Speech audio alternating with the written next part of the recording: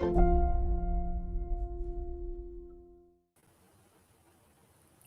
everyone. Welcome to our GMAT Club live session. My name is Jen Turchinow, and I am the CEO of ARINGO MBA Admissions. Super excited to have everybody here. As we're getting started, I just want to do a little bit of housekeeping. So we obviously have a presentation we're going to be talking about today, and the big topic is MBA versus MIM programs. So before we get started, I want to say I will be checking the chat and answering questions as we go along. Super excited to have you all here and can't wait to kind of see what direction you guys decide to go between MIM and MBA. Excellent. Okay, so I believe we're ready to get started with the presentation. All right. So again, my name is Jen Turchinow, and I'm the CEO here at ARINGO MBA Admissions Consulting. And today we're going to be talking about MBA versus MIM programs and how do you decide which one is going to be the best fit for you. Hi, Ariana. Nice to see you here today. Hi, everyone. Hashish. Awesome. So today, to be able to cover these topics, I wanted to start with first talking about ARINGO and how we are the ones presenting today and what kind of credibility we have in this area. Then I'll talk to you about MIM programs, the very many options for MBAs, and then we'll also talk about how you want to choose your path, what kind of school selection process you can go through, how you plan to apply for either one of those programs, and then we'll have a Q&A at the end. So again, I'm going to try to stay tuned to the chat today. So I'll be watching as we go. So if you have questions, I'll try to answer them. And if I miss them, please bring them back up at the end, okay? All right. So first, I'll tell you a little bit about ARINGO. We are a full-service MBA admissions consulting firm. And because it says MBA, really we do everything that's related to business school and even undergraduate as well. But we have this focus on B schools.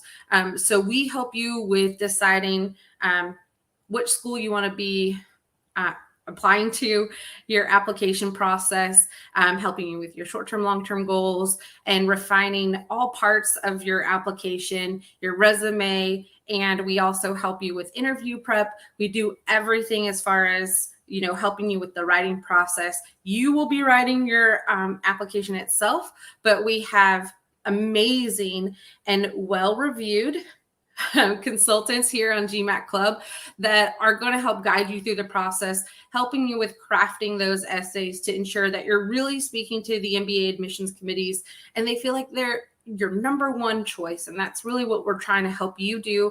Make sure you make the right choices, get to the right place, and are very happy with your program and where you're going to be going in the future. So ARINGO, we essentially do everything from the very beginning strategy to the very end of negotiating scholarships or even working on waitlist. So you can always check us out on aringo.com. We do have some amazing statistics. We've helped over 4,000 candidates get into their MBA choice top programs over the past 20 years since we got started. We were founded by Gil Levy, who actually got into Wharton with a 650 and realized that there's something more to an MBA application than just your GMAT score. So that's kind of how ARINGO started, and where we're focused on is really presenting who you are to the committees. And as you can see, the admissions committees really appreciate seeing what our candidates have to offer. And we do have quite high statistics as far as our admissions rates compared to the top MBA programs across the globe. So let's get started. I know that we already kind of posted about tell us where you're from, but if you guys don't mind sharing your location, and then as of right now, what program are you considering? MIM, MBA, executive MBA, or maybe undecided or other at this point? So right now I see lots of folks from India, Dubai, Tejas. You were applying to MIM programs before, and we'll be talking about 2023. Absolutely, we'll be covering that today as well. Ariana, okay, great. MIM, excellent. Anybody else out in the audience today want to share where they're from and what programs they're interested in? All right, well, don't be too shy. I'd love to talk to you guys today, and it makes it a lot more fun when you guys chime in with us. Okay. Oh, good. I'm glad Evan's here today as well. He's always going to make things fun.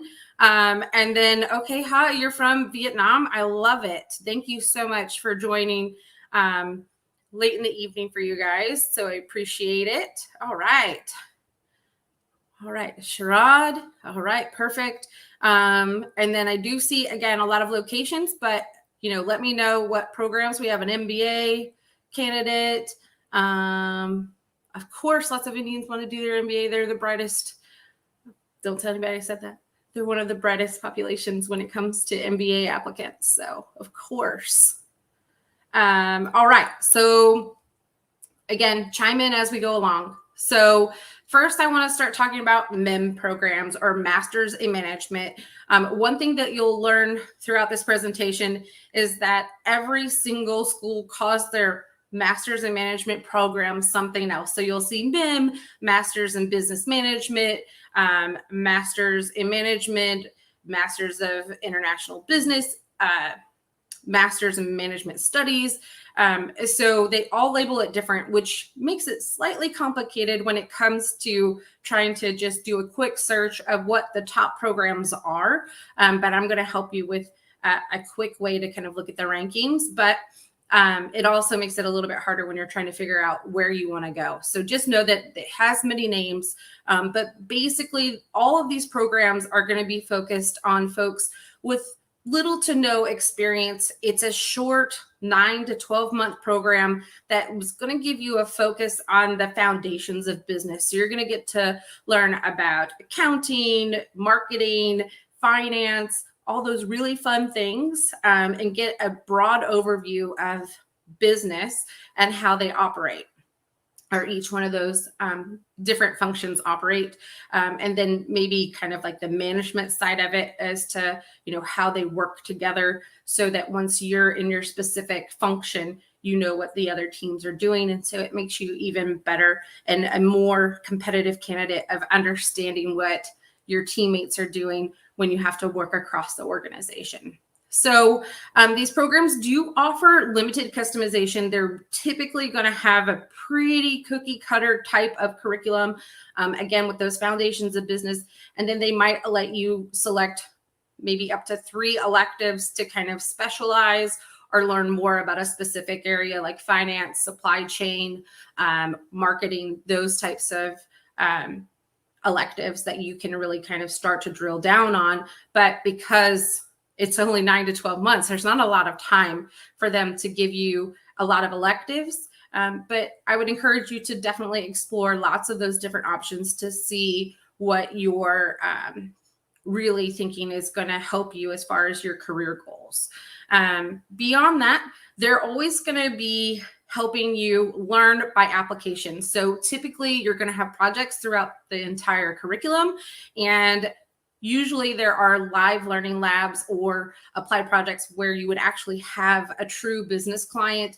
Sometimes those are different nonprofits or organizations in the community as well. So you'll get a lot of hands-on experience during the MIM program to help you with kind of bridging that gap of, I don't have experience yet, but I've had this experience working for this company consulting on this project.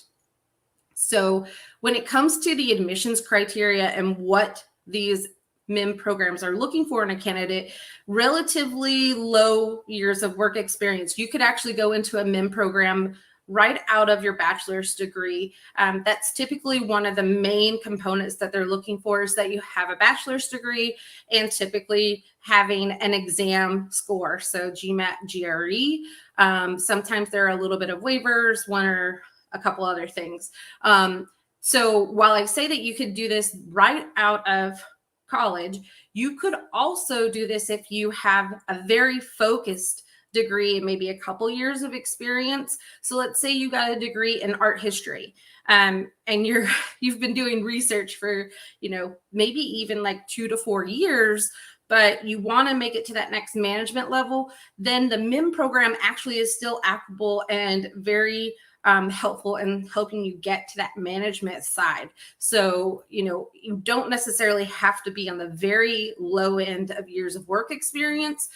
What I would say is that you can't surpass the knowledge that's going to be offered in the curriculum before you start the program itself. So, if you had 10 years of work experience, it might not be super helpful to do a MIM program because you likely already have been exposed to the different parts of business and really understand how they work, and you should maybe consider an MBA.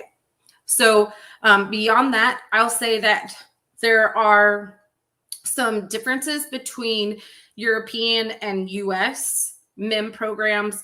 The US programs, again, seem to be a bit more junior, 0 years of work experience, but the European schools tend to be a much more focused on like global and international business exposure. And so they have a bit more, I would say like a bit more of a higher caliber of experience when it comes to what you're getting at a low end of work experience and what you're getting as far as the the credibility of the program and what you're bringing to the table once you do start that job and in the recruiting process. So now I will talk to you about the MIM rankings. So if we look at this list, we'll see that University of St. Gallen actually has like the highest ranking, and it's in Switzerland. And you make a pretty decent salary coming right out from 1 year of a master's degree. And you'll see that it has a focus on international management. And then you'll see many more of those programs are going to have some sort of international or global presence in their name. And again, we also look at this list and we can see that we're kind of missing some of our US friends. All European schools here were UK. So here is a kind of quick list of MIM programs that are in the US. Quick poll for the audience. How many people are interested in getting their master's in management in the US or in the UK or Europe? Anybody looking for the US? Anybody looking for Europe? All right. And Sharad, I see, definitely can understand the confusion between MBA and MIM, and we'll definitely be talking about the age differences between these programs to kind of help you with narrowing that down. So again, if you go back to the Financial Times, they have this great ranking, and it's mostly going to be in the European UK space as far as rankings go. They're a bit more established than the US schools. So US schools have started to launch master's in management programs. And you can see quite a few key names in here.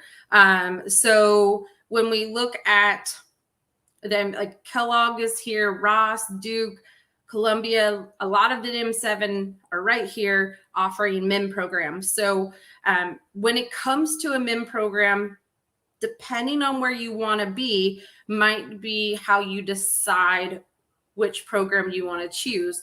So if you are thinking you want a high profile career going to consulting, then school name might be something that's really important to you. So Financial Times rankings, or the rankings we just looked at, they might not be as relevant if you're looking to go into consulting for MBB in the US. So you might consider a school with a higher MBA profile and ranking to be able to help you with leveraging that during the recruitment process here in the US. These schools might be better for you. And again, you can see they all have very different names of what they're being called by the different programs. Awesome. And so we have some folks that are asking about Canada. Now, I'll be honest, I'm not aware of many programs in the MIM sector that are actually in Canada, but I'm happy to answer that offline. So Ariana, if you don't mind, email me at the end of the presentation and I will definitely look into those Canadian schools for you. All right. So this has been like a little bit of like the basics of what you're considering with a MIM program.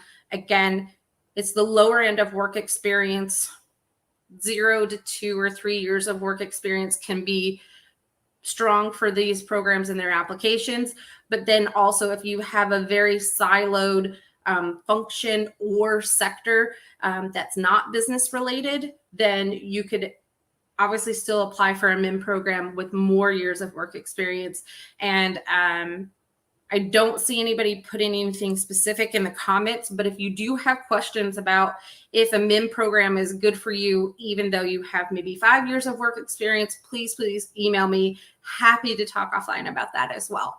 But beyond that, most of these programs are going to give you that foundational business, help you move into that next level instead of the entry level, maybe more of like the associate level when you start your first kind of major role. All right, so now I already talked about a little bit of this, but a lot of the times, especially in the US, the MIM programs are going to be looking for folks that have non-business majors. And that's again, because if you have a business major, you likely have learned a lot of this on the undergrad level of the different functions of each one of these different classes. So finance, marketing, economics, you've learned a lot of that already. And so this is going to be a bit redundant and maybe not as helpful for you as far as what you're going to be learning. An alternative, if you're thinking MIM is maybe a good thought for you, but you already have a background in business, then you can also look at other specialized master's programs such as business analytics, master's in finance, master's in marketing. There's plenty of other opportunities to kind of get this 1-year master's and then be able to move into the more of a management track as well. So I would also say that if you have a very a very regional centric, or like, you know, like if you've only studied and worked and lived in the US and you're interested in some international exposure, global exposure, the MIM is a great opportunity for doing that and coming back and bringing that into your future career as well. All right, let's see if we have any new questions. Okay, yeah. So Adarsh, you have a great question about should you do a MIM and then go into an MBA? So I want to talk about that, but at the end. So I'll be kind of circling back to that question. And then I see that 3 years of work experience in talent acquisition. So as far as talent acquisition, I'm assuming that you have a pretty good understanding of the different parts of business and how they work together.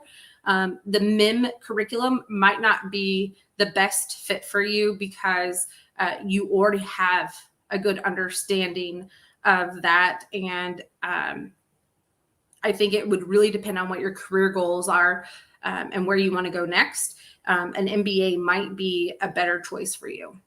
So after that quick conversation about MIM, is anybody sold and said like, oh yeah, I think that MIM is definitely for me? I know I don't have the raise your hand function, but give me a thumbs up or a yes, MIM is for me. If you can in the comments, that'll help me with kind of where we go next. But so if you're not sure if MIM is the right program for you, then we can also look at MBA. Oh, real quick, Adarsh had a question about, is MIM for technical people? So MIM could definitely be for technical people. So let's say you have a BTech or a degree in computer science and you're stuck in this analyst role and you're not able to get out and move into management. MIM could be that one program that could be a quick 1 year to boost your career into the next level of moving forward. You could also consider a master's in information management or maybe hold out for 1 more year and then apply for an MBA. So let's talk about what the opportunities are with an MBA. So MBAs come in so many different formats, timelines, and different options. So I'm going to break them down over the next 5 to 6 slides, but I want to kind of make sure that you understand each one of these different MBAs and then be able to kind of help you with making that decision. So the first one we'll talk about, it will be that deferred MBA. We'll also talk about the traditional, what people usually are referring to as the traditional full-time MBA. There are mid-career MBAs that are for those who are over 40. And then those people that might need to continue to work or are not sure about if they want to take the risk of stepping out of the workforce, they can also enroll in part-time or online programs. There are senior full-time programs. So let's say you have 10 to 15 years of work experience. There are programs that are 1 year full-time for you. And then there's also executive MBA options as well. So I did a little bit of a breakdown here on the side for the years of experience. And it's a little bit crazy because there's a lot of overlaps. And so it's really important that you kind of work through this process and do a little bit of research, because each one of those MBAs kind of hits a different target audience. And it's not always crystal clear which one is specifically right for you, because you might fit in that 3 to 5 years of work experience. But if it's all been at the same level, maybe a full-time MBA is not the right choice for you. Maybe it's time to get the master's in management. There's a lot of different options. So we kind of want to go through each one of these, talk about them, and then, again, I'm always happy to talk about your specific situation or profile as well, so that we're all on the same page and working towards a common goal that is the best for you in your career. Okay, so let's see if we have any questions before I move forward. Okay, Vipul, you have a tech background plus business experience. I want an MBA program that is a combo of both tech and management. Oh, okay. So Vipul, you actually kind of hit on something that's really cool. Is there's an emerging field of what's called a tech MBA, and I'll hit on that when we get to the full-time MBA as well. So remind me if I don't bring it up automatically. And then talking about gap years for applying for a MIM. Okay, so Tejas, let's talk about the gap year at the end, just so that we can talk about timelines and planning out your application. So I'll circle back to gap year at the end. Okay, so first let's talk about deferred MBA. Well, okay, actually, I'm so sorry. I jumped ahead. So before we jump into the individual MBA programs, I wanted to kind of share with you guys global rankings for MBA programs. This is from Financial Times. I just did Financial Times as a highlight because it is the most broad global ranking, and it includes US and UK and European schools, so that you can kind of see these are the top programs across the globe. But then if you want a bigger dive into US, specifically US News and World Reports, and The Economist will also give you a little bit more of that. There are rankings all over the place, like Poets and Quants, like everybody has their own sort of like rankings. And it's important to kind of see what is the most important part of the rankings for each one of those specific ranking boards. But again, this is just a quick snippet for our conversation today. So when we talk about MBAs, the rankings are going to be pretty similar across all of these MBA programs, so that you can get a general gist of what's in, which schools we're kind of talking about. And these rankings are applicable whether it's a deferred MBA or full-time senior exec, so that you can kind of have this perspective as we get started. Okay, so I do see somebody's kind of presenting their profile, but we can talk about that later. All right, so first, we'll talk about these deferred MBA programs. So if you're on the fence, and you're still in your bachelor's degree and thinking, do I want to do a MIM program or do I want to do an MBA?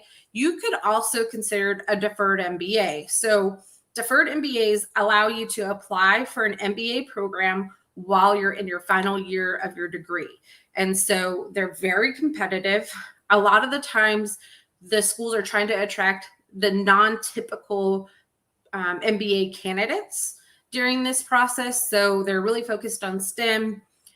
They are looking for GMAT GRE scores that are relatively high, like looking at 730 plus, 325 on GRE and higher.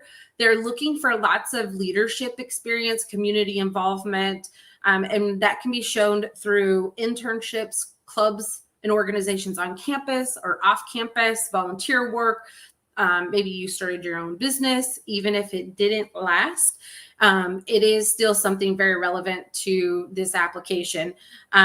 So the other, like when we take into perspective that an admissions committee is looking at your application to start an MBA in the next 2 to 4 or 5 years, they don't really have work experience to gauge to say like, oh yes, he or she has the right work experience to be part of our MBA. What they have is your current track record of your academics, your aptitude for the program through your GMAT, and then the demonstrated leadership that you've shown throughout your clubs and activities. And then they're also looking for a solid plan for what you're going to do after you graduate, because they're placing bets on you and saying this person's right for us. So if your post-grad plans are a little iffy, it makes it a little bit harder for them to place a bet on you if they're not sure what you're going to be doing next. So that's one of the biggest things that I think a lot of deferred MBA candidates don't understand, is that this committee wants to say, like, when they're presenting you to that faculty and saying these are deferred MBA candidates that are going to be coming in 4 years, they want to know what you're going to be doing over the next, couple of years, what work experience you're going to be gaining, and what you're going to be bringing to the table and what you can talk about when you get there. I think that every single person is like, well, I'm afraid you're going to be playing video games for the next 4 years, which is obviously not what anybody who's applying to a deferred MBA is going to be doing. But, that's like the most famous news. Like, we never know if you're going to be playing video games. Apparently, that's the most popular hobby. So these programs allow you to apply ahead of time, and you want to ensure to the committee that you're a sure bet for them. So once you go through the actual process, the applications will be open generally between January and April, the year that you are graduating. And then they will include the full-on MBA application with all the essays, resume, letters of recommendation, which could come from professionals from your internships and or one professor. They do want some sort of professional reference.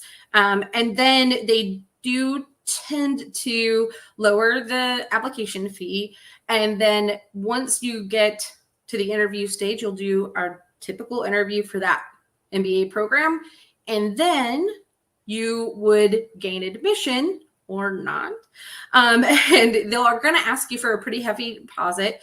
And typically they're going to also ask you for a commitment and to essentially sign an honor code that says, I will be attending Harvard's 2x2 program this in fall of 2025. And so they want you to be a sure bet as far as commitment from what you're going to be doing as far as your work plans, but then also for attending their program. So one kind of caveat is that I've had a lot of people who say, what if I apply and I get denied? In the end, this is not going to hurt your application at all unless you really, really put together a really bad application. You should have nothing but positive spin from applying to a deferred MBA, even if you get dinged, because it again furthers that you are really focused on this specific school and they're your number one choice. You applied right out of college and you weren't able to get in, but you're still really stuck on them because you know it's the right choice for you. And by the time you start applying for an MBA, your application will be completely different, and they're not going to necessarily reference this deferred MBA application, but they'll know that it happened. And so they'll also kind of have that in their system, and they can say, oh, this person really is interested in our deferred MBA program. Okay, so there's a couple of questions from Adarsh, but I can kind of, again, answer those later on. So there are quite a bit of these deferred MBA programs. I mean, it's not the same number of MBA programs that are out there, but a large selection do offer deferred MBA, from many of the M7 to IESE, Oxford. You have a wide net of deferred MBA options that you can kind of consider when you're looking at deferred MBAs.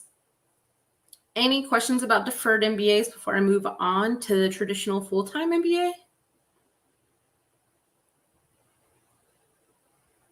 All right, so I will move on.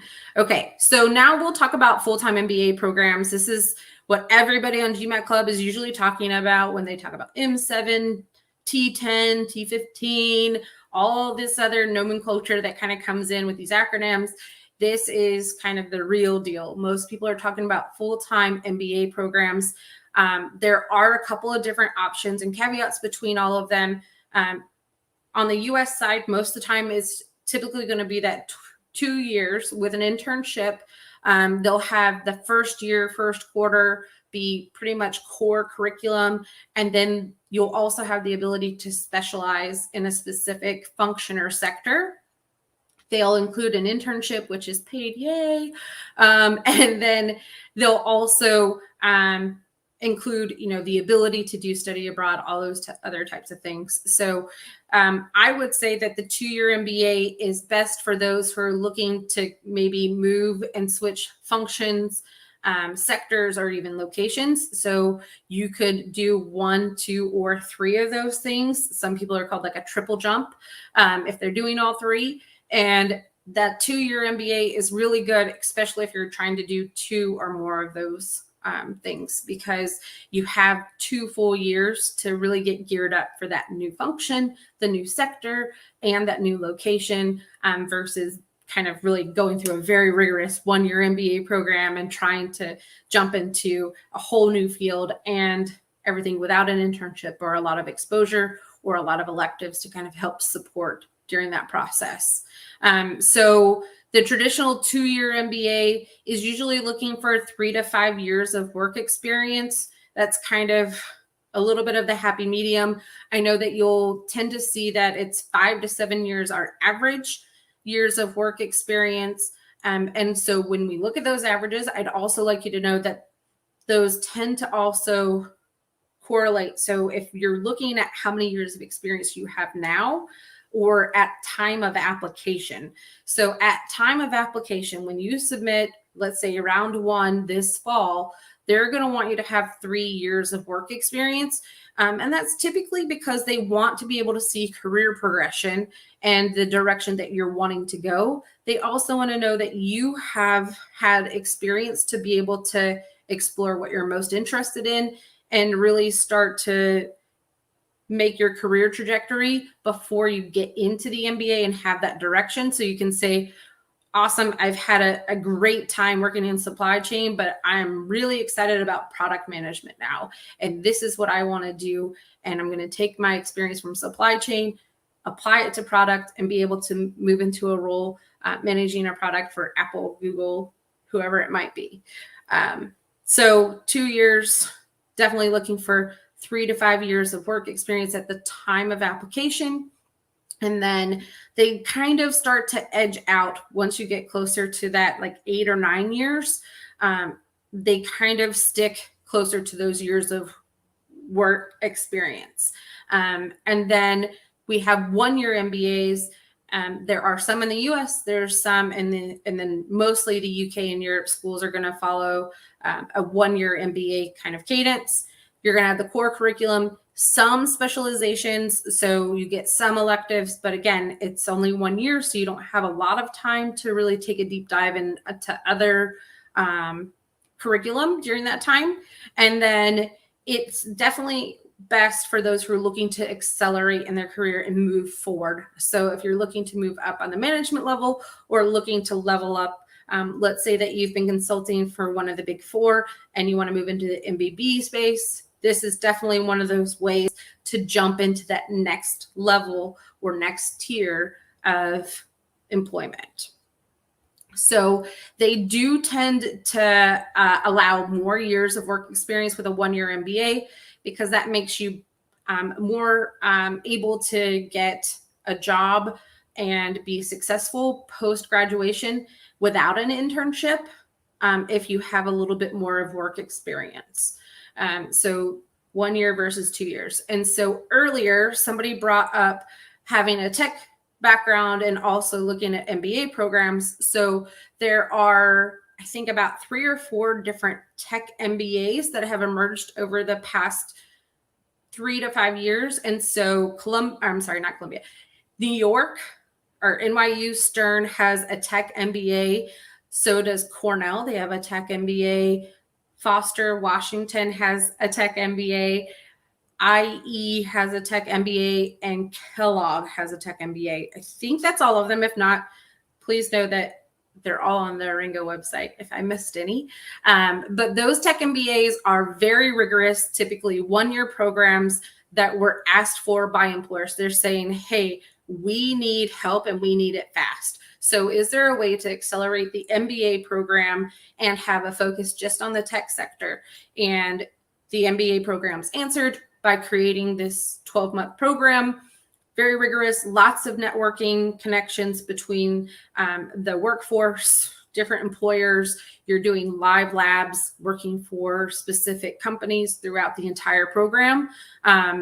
The folks that have worked with ARINGO in the past and are in those programs or have graduated from those programs, if we ever try to reach out and check in, they're like, I am so busy. I don't even have time to really think about anything outside of school and recruitment. So, and I believe that almost all those programs have like a 99 or 100% employment within 3 months. So they're definitely in demand and a very interesting option if you're wanting to mix your tech background and MBA and move on to the future. Also, some of them have a bit of a fintech background or a fintech focus. So that's another opportunity if you have a niche sector that you're really interested in. That fintech is definitely a cool way to kind of get into those 1-year MBAs and break into that field and get into it very quickly with a strong ROI. Okay, so Ashish has a question about 2 years of experience in IT and 10 years of experience with your own startup related to tourism. Oh, good question. So Ashish, I do have some more questions for you. Happy to talk to about it offline if you can't answer really quickly. But so the 10 years of experience, let me ask you, when did you graduate from your program, from your bachelor's degree? Because this is actually what admissions committees are going to be looking at. It's going to be years of work experience post-graduation from your bachelor's degree. And so if you graduated from your bachelor's degree in 2015, now you have 17 years of work experience, or sorry, 7 years of work experience, sorry. But let's say that you got a master's degree as well, then you can also subtract that year that you were in your other master's degree program too. So then now you might have 6 years of work experience. Okay, sheesh, 10 years or 2010. So you have 12 years of work experience. I think that we're going to be coming up on some other programs that are going to be a better fit for you. They're called the mid-career and or senior career programs. And so just stay tuned for that. Nikhil, you asked about STEM MBAs. So ARINGO has our own kind of page dedicated to STEM MBAs, so you can find the full list there. But a lot of full-time MBA programs are now STEM certified in the US, allowing you to have not 2 years of OPT, but actually 3. So you'll have an additional 12 months of OPT, after you graduate, or I'm sorry, an additional 24 months. In the end, you get 3 years of OPT after you graduate and stay in the US without having a direct sponsor for an H-1B. So STEM certified, almost all programs are at that. When we talk about the top 25, top 30, most of them will have that STEM certification. Sometimes they have a very specific specialization that you'll have to follow. So definitely make sure that you look at the details on that, because they might require that you do the business analytics program to be certified for STEM OPT extension. So just, make sure you follow those caveats, because if you're really interested in maybe supply chain might not have enough of the mathematical or technical criteria for the STEM certification. So just pay attention to that whenever you're looking at STEM certification. And then I do know that UK does allow folks to stay for an additional 2 years post-grad from the MBA programs. And I just learned about a really cool program that the UK is going to be launching. I'll try to send out some information in the comments once GMAT Club posts this. But UK is now accepting outside or international MBA programs for a 2-year stay in the UK after you graduate, even if it's not a UK school, which is very interesting and exciting. So I'll make a note to kind of add that. And then, okay, so really quick, Elena, you have 11 years of work experience after your bachelor's plus 2 master's degrees from 2 different countries. Wow, lots of education. I think the biggest thing for you is to kind of determine what your career goal is before you decide what MBA program is going to be right for you. Because if you already have 2 master's programs, the MBA committees are going to say, what can we add to this? And that's going to be a very big question for them. And I believe that in the next couple of slides, you're going to find a couple of mid-career options for MBA as well. So, okay, so we covered full-time MBA. Now we're moving on to part-time and online MBA programs. So essentially, these are programs where you're going to be working and going to your MBA program, whether that's online or in person. They usually offer a curriculum with some customizations, electives that are going to really be catered to what you're wanting to do next in your career. The best thing about any MBA program is that they all say the same thing on the degree. They never say, oh, it was a part-time MBA from Columbia. They all just have a degree that says MBA. So when you go to put it on your resume, no matter if it was online, part-time, executive, or full-time, then you can just put Columbia MBA. You don't have to designate that it was part-time or anything like that. There should be no discounting the credibility of your degree, no matter how you got it, because most MBAs are going to offer the same curriculum, just in a different modality by the same faculty throughout the entire program. It's just in a different way that better meets your needs. So a lot of the part-time programs are going to be evening and weekends. And some of them will offer them in a modality where you can come specifically on like Saturday and Sunday. So it is legitimately a weekend. Some of them will be in evenings and weekends, or Tuesday, Thursdays, some Saturdays, based on the cadence of the program. And so you really do kind of have to be local to be able to attend those programs. The years of work experience is going to be much broader for these programs. And it's really because you're going to be working. So you have direct application of anything that you've learned throughout the program. You can directly apply that to what you have going on at work right now. And you can actually also work on specific projects throughout the program that might relate to your job directly. So as I was mentioning, so those weekend or module schedules are available at Kellogg, Booth, and Haas right now. So I was also reading the NYU this morning. Sorry, I didn't update this, but NYU and Haas now are offering part-time MBA programs that are essentially fully online, but they don't use that terminology because you do have to come to campus for a couple of reunions and class meetings. But for the most part, the entire curriculum and courses are actually online and or have the option to be in person, which is a really neat concept that has come about from the COVID and having to work remotely and go to school remotely. One really positive thing is that schools are rethinking how they deliver their curriculum and able to offer kind of a hybrid option as well. So I think it's a little bit self-explanatory, but obviously the advantages of these programs is that you can work at the same time, have higher ROI because you didn't step out of the workforce, didn't have to move, those types of things. They offer flexibility and the option for those that maybe have some commitments or responsibilities where they can't go to class as often. And then these programs do tend to offer some sort of exam waiver that might be like some schools, if you are an alum of that school and made a certain GPA, then they'd waive the GMAT, or if you have X number of years of work experience, then they might also waive the GMAT or GRE as well. Okay, so let's see. Let's see if anybody else has any other questions that are new. Elena, you're definitely adding some information for me here, and we'll be talking about that next.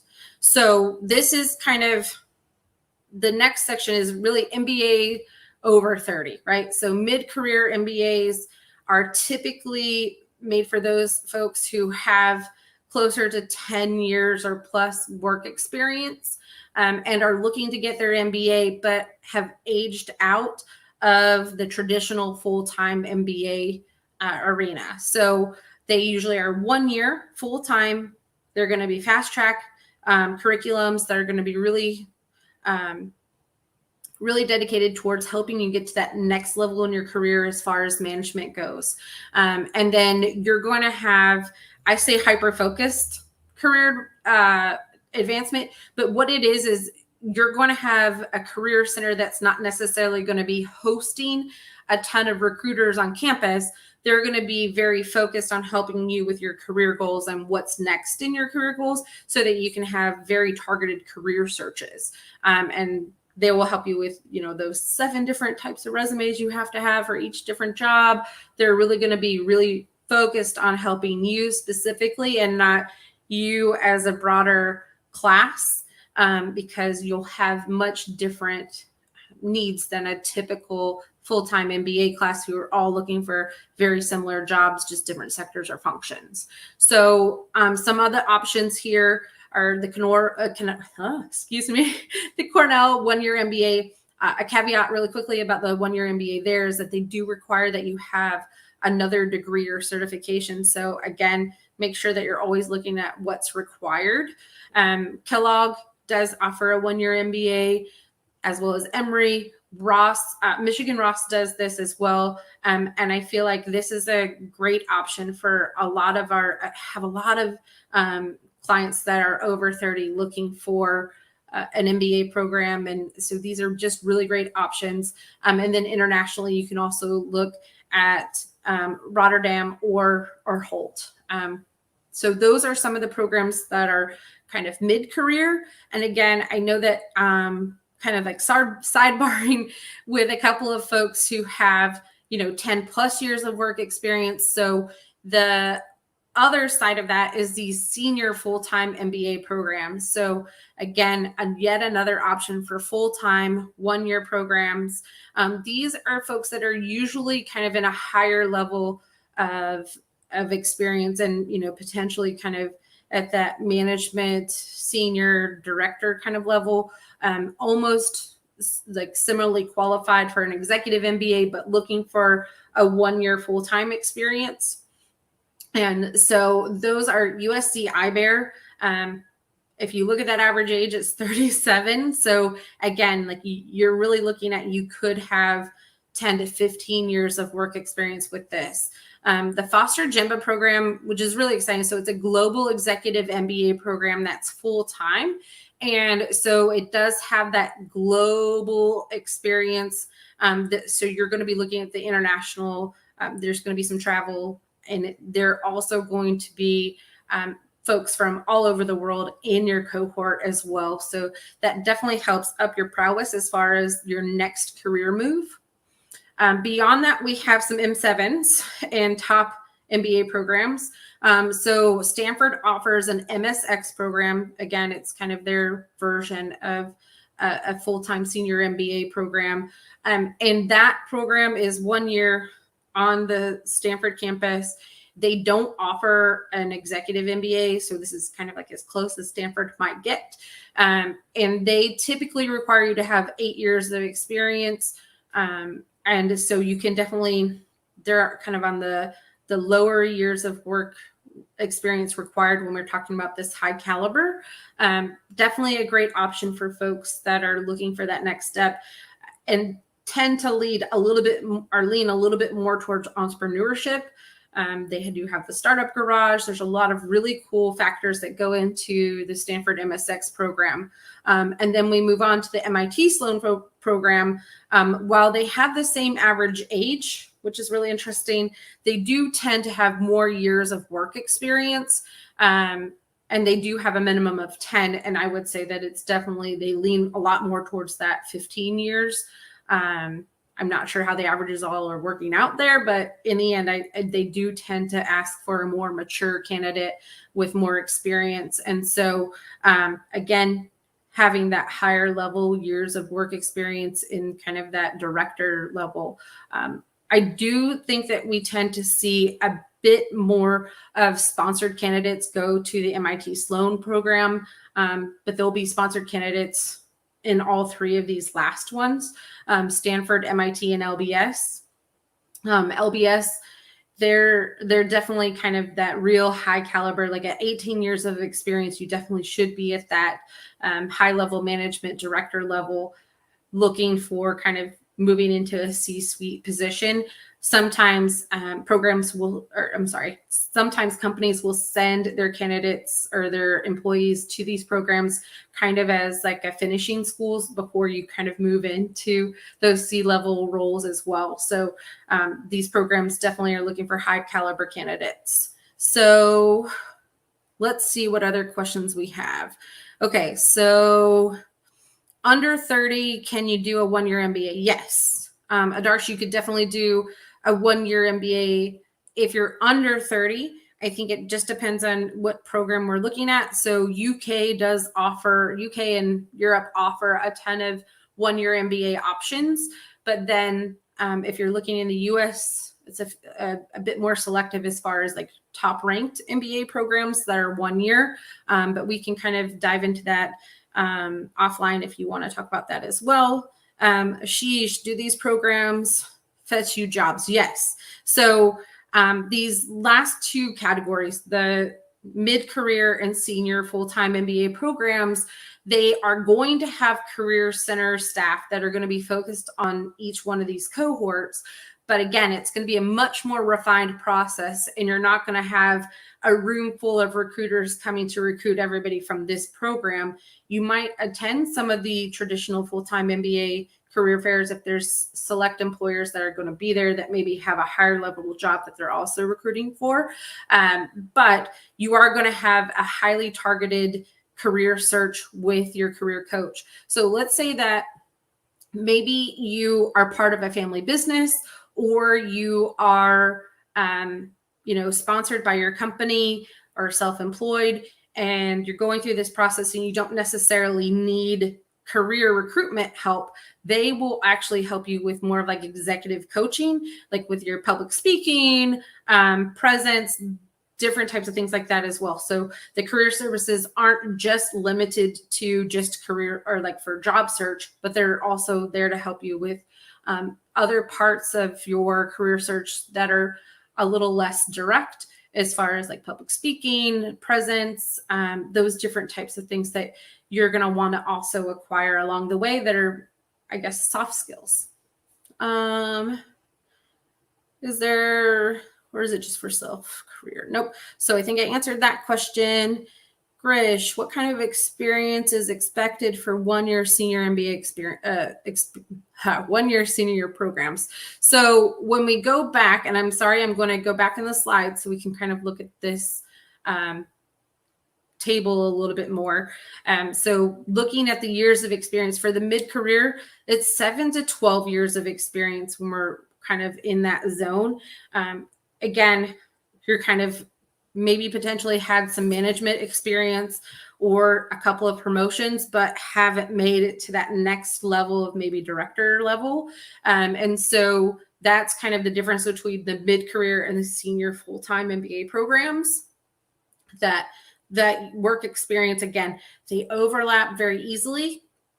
And you could apply to programs that are in both of those categories. And then also doing some research will definitely help you with sussing out which one is the best fit for you as well. Okay, so pardon me as I skip back forward. Dun, dun, dun. Okay, so the last category of MBA programs that we're going to talk about is the executive MBA. So they're definitely looking for 8 to 10 years of work experience at a very high level. They want you to have experience managing people, budgets, and having very strong leadership experience going into an executive MBA. And the reason is that the curriculum for an executive MBA starts to shift from being foundational to be much more like transformational. How do you lead an entire organization with these different departments, and how do you lead them to go towards the goal or towards the vision that you might be setting forward? And so you don't necessarily need to know the nitty-gritty of how accounting works, but you need to know how that accounting team functions, maybe even like the personality, getting into the psychology of things, and then how it interrelates to each one of the teams along the way, so that when you are doing the goal setting and the vision, setting your vision and mission, everything for the company, that you really can understand how each one of those teams works together and independently, so that your goal and vision are succinct for everyone, but then also you can help each one of your next in line with directing their departments or their divisions, whatever it might be. So you're helping the entire company move along that line. So it's much more towards the strategy side of things. So you're going to be working at a very high level, and they want you to have that experience prior to the executive MBA so that they know that you're ready for taking on this next level of thinking, because you've mastered what your business entails. Okay, so along with that, there's one kind of caveat, is that we've had a lot of folks that are interested in an executive MBA, especially because it's part-time and they can continue to work, that are interested, but they've been consultants for the past 8 to 10 years, and they're kind of like, what do? I don't have any direct leadership experience. But we do find that top MBA programs, and I'll tell you, I had a gal 2 years ago get admitted to 5 of the top MBA programs, which includes Wharton, Columbia, NYU, Kellogg, and Booth. And she excitedly is at Booth. And so she was a consultant in the IT world, and worked across teams for many different companies within the energy sector. And her experience as a consultant counted towards her managing at that senior level, because she was managing companies and teams that weren't even hers indirectly and getting the goals accomplished. So if you're a consultant, there's definitely still opportunities for you within any of these programs. We just highlight your experience in a different way. So they are going to ask that you're employed during the executive MBA program, much like the part-time or online MBA program, because they're going to have specific projects or tasks that you're going to be working on in the classroom that need you to be employed to be part of this. And so they will also be asking you to get a letter of support from your company saying that they are, here to help you, that you can do the travel and be in class at certain times of the year, whether that's in modules or if it's on Friday and every other Friday and Saturday, right? So depending on what those are. The cost of an executive MBA is quite a bit more, but I'll also say that they really cater to the MBA program, legitimately cater to them. So typically when you arrive on campus, your breakfast, lunch are all provided. They're catered. You usually get an assigned parking spot, all kinds of really fun perks about the executive MBA, so that you don't have to worry about the tiny details. You just have to worry about getting to class. So they really do step up their game in really tailoring the experience of an eMBA candidate throughout that process. The other thing that's really cool about these is that they do have a focus on government and business and international communities. So a lot of the programs will have, especially in the US, you'll take a trip to the state capital of the state that you're in, and then you'll also take a trip to the US Capitol and see how legislation and business work together. And it's a really kind of cool experience to kind of understand, a broader level of what your company is doing and how it functions and kind of moves around in that space. And then beyond that, there'll also be an international or global trip that will be part of that. And so they switch that up every year, go to a different country, and learn about their economy and how they work, so that you can think about your business on another level. So a lot of the time, candidates are also sponsored for these executive MBA programs. So there's not as much scholarship in this process for these very expensive MBA programs. So that's why you might find that somebody with 15 years of experience might also be in a part-time MBA program, because sometimes the executive component is a little bit cost prohibitive. Okay, so those are the different options as far as MBAs go. Let's see what questions we have. I'm looking for full-time executive MBA with 4 years of experience in India, or 1 year MBA. Can you help me? Okay, Adarsh, I feel like we should probably have an offline conversation, because I need to understand your full profile to be able to kind of help you. I don't know if you're going to get into a full-time executive MBA with only 4 years of work experience, just because those programs are definitely looking for you to have high level understanding experience, as well as management experience. And you may or may not have that yet. You can see that on the lowest side, most of them have a minimum of 6 to 8 years of work experience. All right, so now that we've covered all the different types of MBAs, we've covered MIM, where's everybody at in the room? So I did a poll early on, but not many people responded. So maybe right now we'll get some good responses. Is anybody looking for a MIM program, MBA program, or what type of MBA program are you thinking? Any thoughts thus far? Elena, any special scholarships for Ukrainians? I believe that most universities are likely to have a very special fund for folks that are impacted by the war, and they may not advertise it outwardly. It might be something that you'll have to apply and then see what is available to you, or you could also kind of speak with them. Once you register your interest for them and share your profile, then they're likely to kind of start that conversation with you, and you can ask about scholarships at that time too. But I assume that there's definitely some schools are setting aside some earmarked money to help those that are coming from Ukraine. I don't and I've had a couple of Ukrainians actually kind of reach out over the past month or so, asking about getting into fall 22 programs.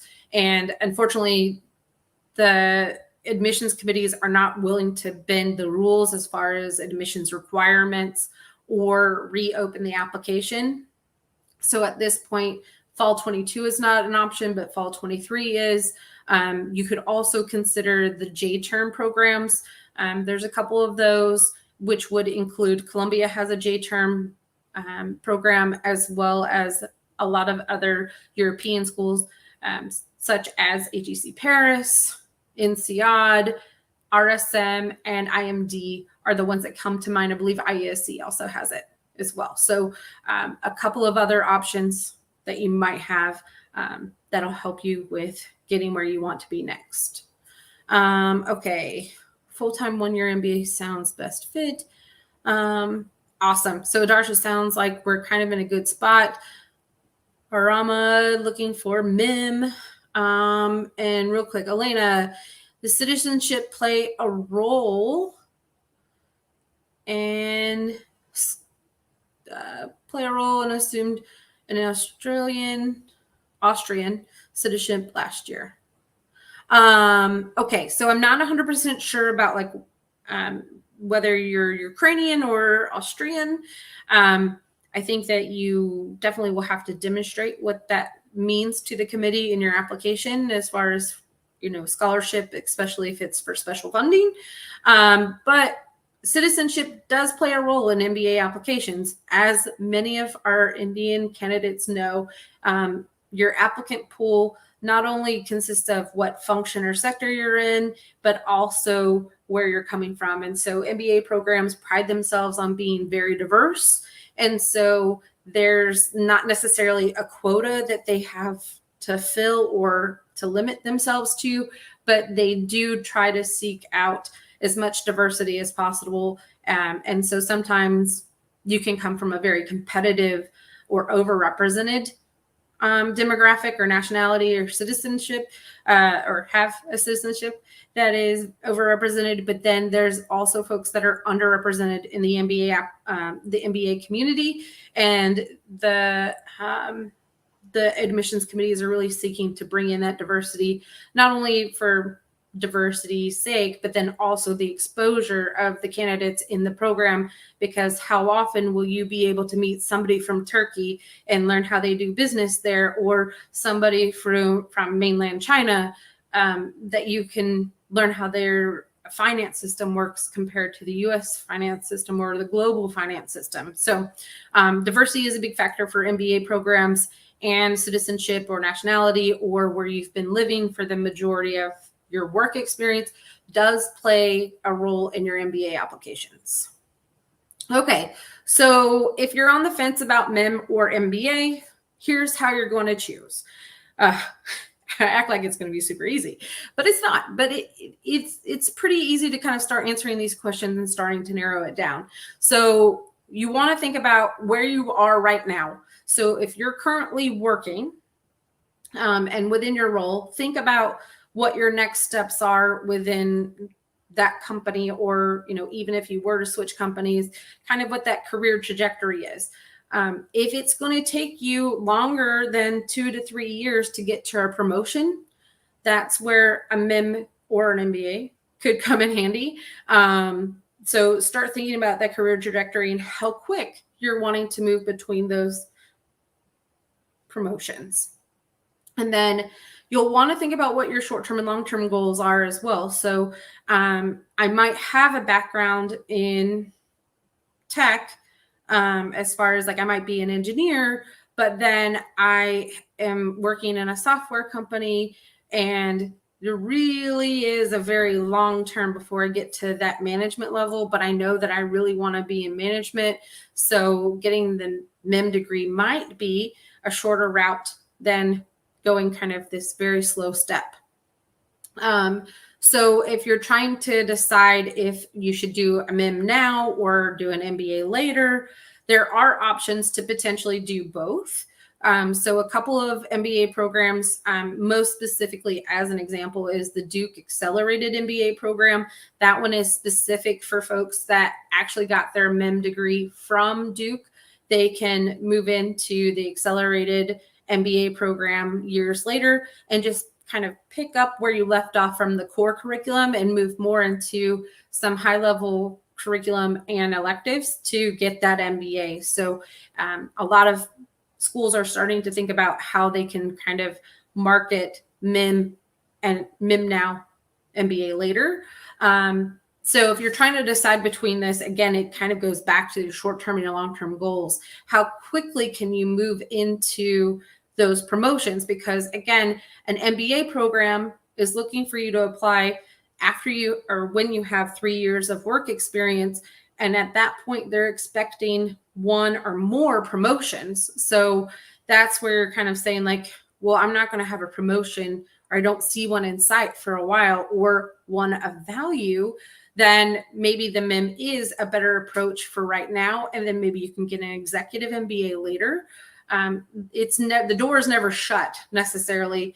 If you get a MIM that you can't get an MBA or you can't get an executive MBA later. But I would say that you can't get an MBA and then an executive MBA. That doesn't really work out very well.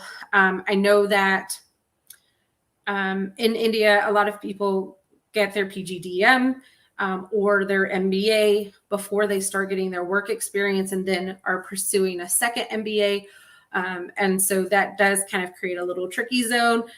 But I work with a lot of folks who are pursuing a second MBA, and we kind of move into that 1 year or senior MBA sector as far as choices, or even, potentially into the senior full-time programs as well. I'm a fresh fashion design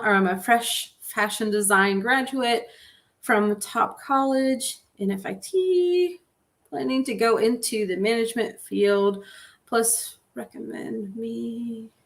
Okay, so Arama, yes. So I think that this is fantastic. I think that when we think about fashion, you could easily think about master's degrees or master's in management from schools like NYU or Columbia. And then we can also think about HEC Paris. Those are really great places to kind of think about. I'll have to look back at the US list to double check.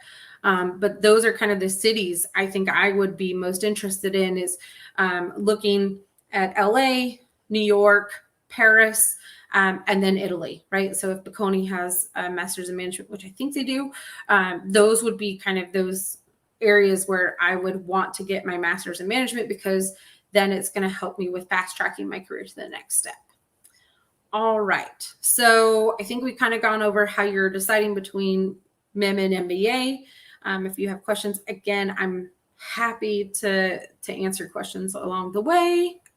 All right, so now let's move into the school selection. And again, this is kind of applicable to any of these MBA programs or master's in management programs. So the biggest thing that you need to do when you're looking at schools, and I mean, this is a great one for Rama, like location is going to be key. Where do you want to work and live after you graduate from your master's degree? So that's what I would let guide me initially when I'm starting to look at school lists. Then I would start thinking about specialization. So Rama, you're looking at fashion. So I would, definitely be looking at those fashion capitals, and then looking for schools that maybe have another kind of, they might have a master's in finance management, like New York does, like they have an MBA in fashion design or fashion tech, I believe. And so if they have that, then there's definitely going to be electives, connections with career centers. So you would still have access to them as a MIM candidate, but you could use them early on before the MBA in the MIM program and not have to wait for the MBA. So think about that. So again, like if you're looking for a specific function like finance, obviously you want to go to somewhere with a finance hub and look at those schools that have the specializations in that area. And then I would start looking at rankings, right? So this will give you a bit more direction, because sometimes I'll have folks that are saying, I want to apply to M7. Okay, so tell me, which one are you gravitating towards? I don't know, just M7. Okay, well, why M7? Because they're top ranked. Okay, that's fantastic.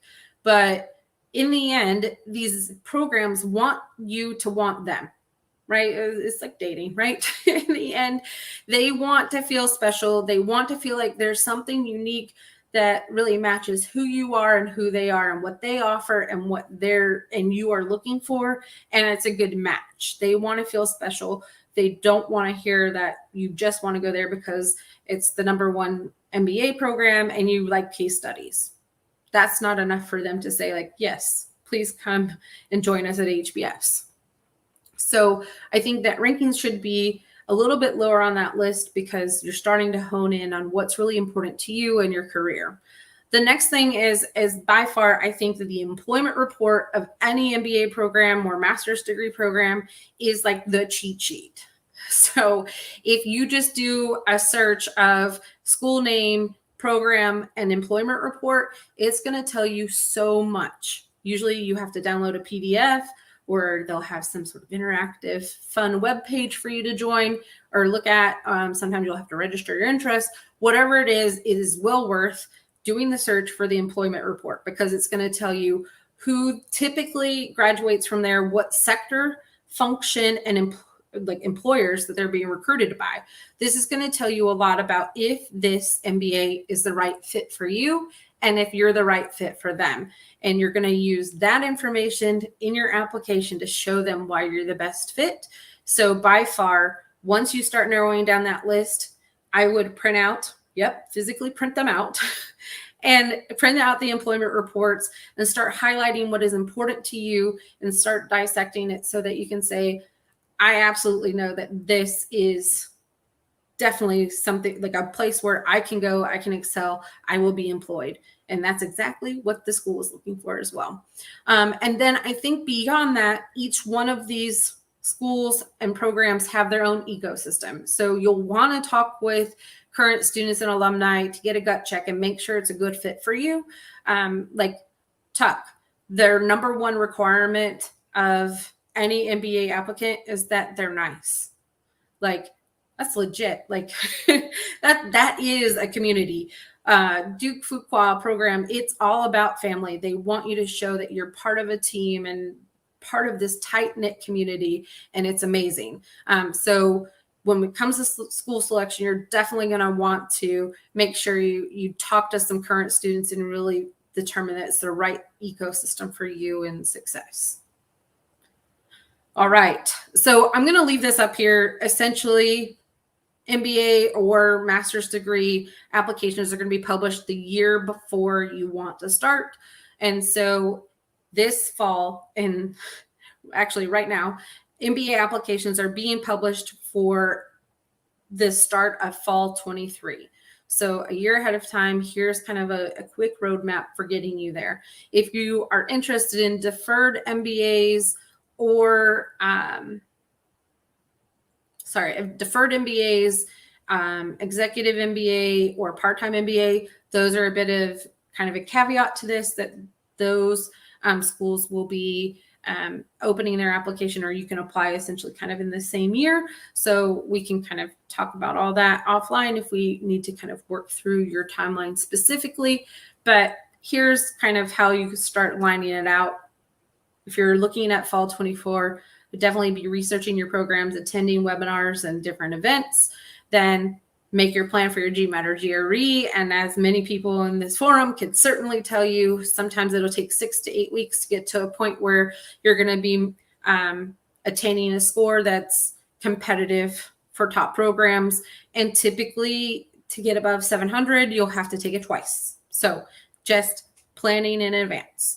And then, so in the late spring is when you'd start actually working on your actual applications, because they won't be published again until, then you won't be you won't be privy to what their application questions are or what they're looking for or what happened the past year really until late spring. So I usually have some students that'll start between April and June while a few applications are being published, and then start working on other applications towards July and August for September deadlines. And then during the summer, they're going to be published, and then you start working on your timeline, making a plan of action, and then start working on targeted essays, resumes, letters of recommendation for each one of those schools. And then in the fall, you submit those applications and prepare for your interview and admission. Whew. Lots of information here. So we've gone through what the MIM program is, what the various MBA programs are comprised of, the different ages for each the different age and years of work experience ranges, and then a little bit of planning and how to select the different schools that you're interested in. So a lot of information has been covered in this webinar so far. I've answered some questions along the way, but now I'm ready for all of your questions. Arama, so you want to talk about MIM programs in the UK. So I can't jump out of this platform, but we do have our own little section for MIM on ARINGO's website. So it'll help you with dissecting which ones are in the UK. You can also look at the Financial Times rankings for MIM programs, and they're pretty much all in the UK or Europe. What other questions do we have? Yay, any questions? Okay, so while I wait for more questions to come in, I had someone ask about a gap year earlier. So as far as taking a gap year, I think it really depends on what you're going to be doing with that gap year. What is that year for? In the end, it gets complicated, right? When we're talking about B-school applications, they're really looking for folks with a lot of initiative, a lot of leadership. So that time that you're spending out of the workforce and out of school should be productive. If you're traveling the world, let's say that you're traveling the world with an NGO or a nonprofit, or you're doing something specific that will make sense to an application to B-school afterwards. If you've already made this plan and you're doing the gap year, let's talk about it specifically with you. Again, like offline, I'm happy to kind of really go through your own personal situation and kind of see how I can help with that story. So I'm going to go ahead and put this up here. So again, taking questions, really excited to kind of hear from you guys, but I'm going to put my contact information up here because I've said it quite a few times that I'm happy to talk offline about your specific profile. And I mean it. So here's my email address. I also have a link for folks to go ahead and set up a calendar invite with me. So find a time that works on this link for us to meet and get to know each other. If we've never spoken before, please do include your LinkedIn profile and what questions you might have. That'll be helpful for me in prepping for our session. Okay, so Elena, you're looking for MIM in Europe. Definitely a lot of those options. Again, kind of refer back to looking at the Financial Times rankings for MIM because the top ranked ones are right there on that list. And you can kind of easily see them that way. St. Gallen is definitely the top of that list. And then kind of goes down from there. You can even look at, now I don't remember everybody who has a MIM program in Europe, but there definitely are plenty of them. And I may see if I can kind of quickly look it up while we wait on a couple more questions or not. So I won't do that. Okay, any other questions from anybody else?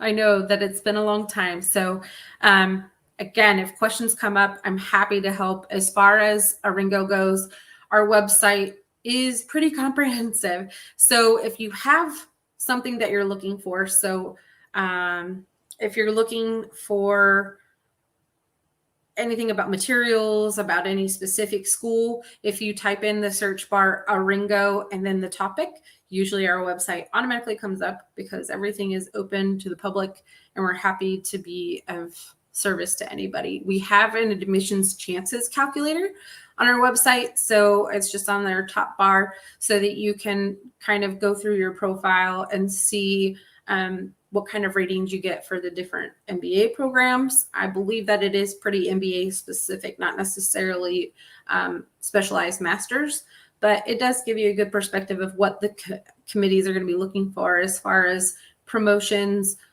your academic CGPA, as well as your GMAT GRE score, and then other components of nationality, those types of things.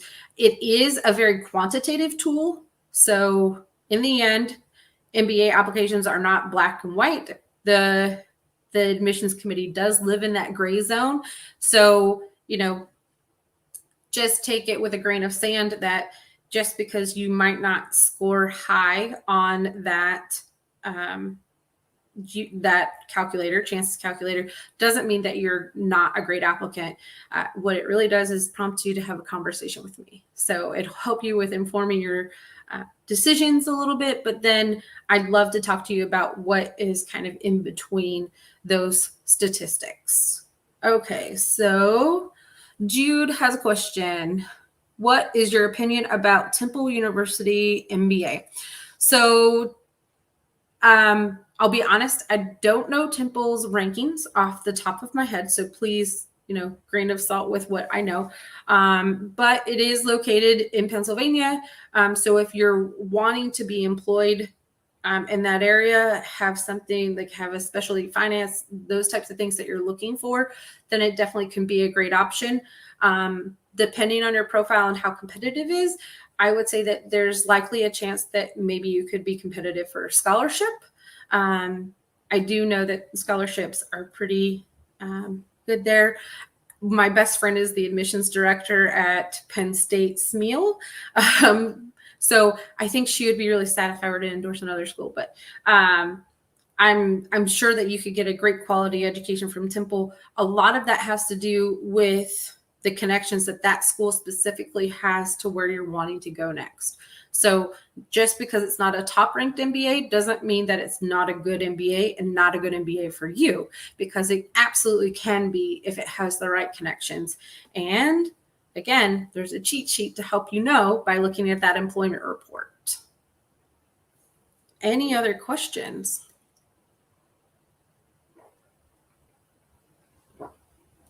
All right. Thank you so much for posting my my calendar link on here. I love it. All right. So it seems that we don't really have any more questions coming in unless you can see them on the GMAT Club side. So if that is all, then I would love to thank you all for taking your time to join us today. I'm really excited to get to know more about you and looking forward to chatting with you offline. Happy to help in any way that I possibly can. Again, reach out and let me know a bit more about you. Thank you so much for your time today and have a great day. Or maybe not. I get to hang out just a little bit longer.